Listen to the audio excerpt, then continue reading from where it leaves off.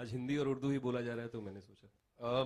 जी, बचपन से जब भी मैं सेट पे जाता था डैड से मिलने, तो नसीब से लेके मुझे याद है कि चिंटू अंकल हमेशा वहां दिखाई देते थे, मेरे साथ खेलते थे। हमारे एक बार एंथनी में इतना था। वो तुम्हारी याद है फोटो है? जी मुझे याद है। लेकिन सबसे ज्यादा हमारे जितने भी मेरे सबसे ज्यादा यादें ये हैं अजूबा के साथ, क्योंकि by then I was slightly older और चिंटू अंकल के साथ मैं बहुत इंटरेक्ट करता था बचपन में। डैड के बाद मैं इनका सबसे बड़ा फैन था। So I used to love being with him. हमेशा मेरी जो बहन थी और मैं जब भी हम सेट पे जाते थे वो हमेशा हमारे साथ खेलते थे, एंड आज भी खेलते ही हैं। तो हंसते खेलते हमने ये फिल्म बना ली है। So I have a lot of memories of Chintu uncle. Yes. Mister Kapoor, आप जब कुनूर जा रहे थे तो उसके पहले एक ट्वीट किया था आपने कि एक दिन के लिए मैं सॉन्ग शूट करने आया था और इनके पिताजी के भी साथ काम किया, इनके साथ भी काम कर रहा हूँ। कुछ गुण देखते हैं आप अभिषेक के भीतर जो बच्चन साहब के हों, जो आपको? नहीं, बच्चन साहब सीनियर, उनके तो गुण अलग हैं, इनके गुण अलग हैं। जरूरी थोड़ी कि वो उन्हें कॉपी करें या उन्हें उनके पद चिन्ह पे वो चलें। इन्होंने अपनी खुद पोजीशन बनाई हुई है, अपनी खुद आइडेंटिटी बनाई हुई है, अपनी खुद छाप छोड़ी हुई है।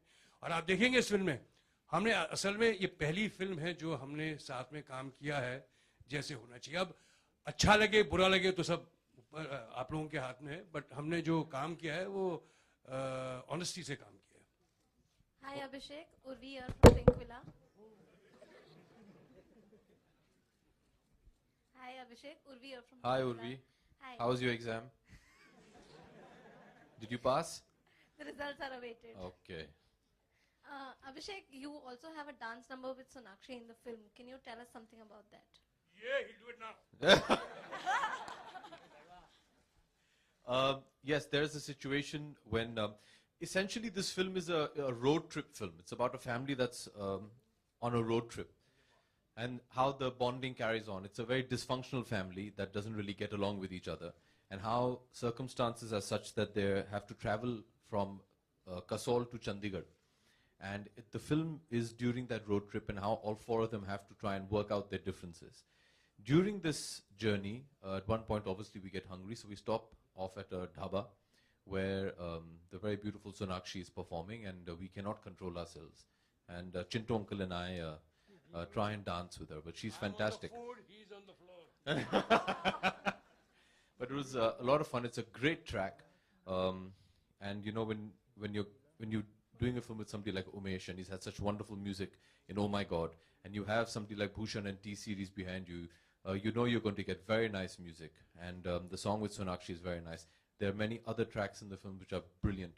So I think entirely the whole thing was a lot of fun, not just that one song. All the music was great fun.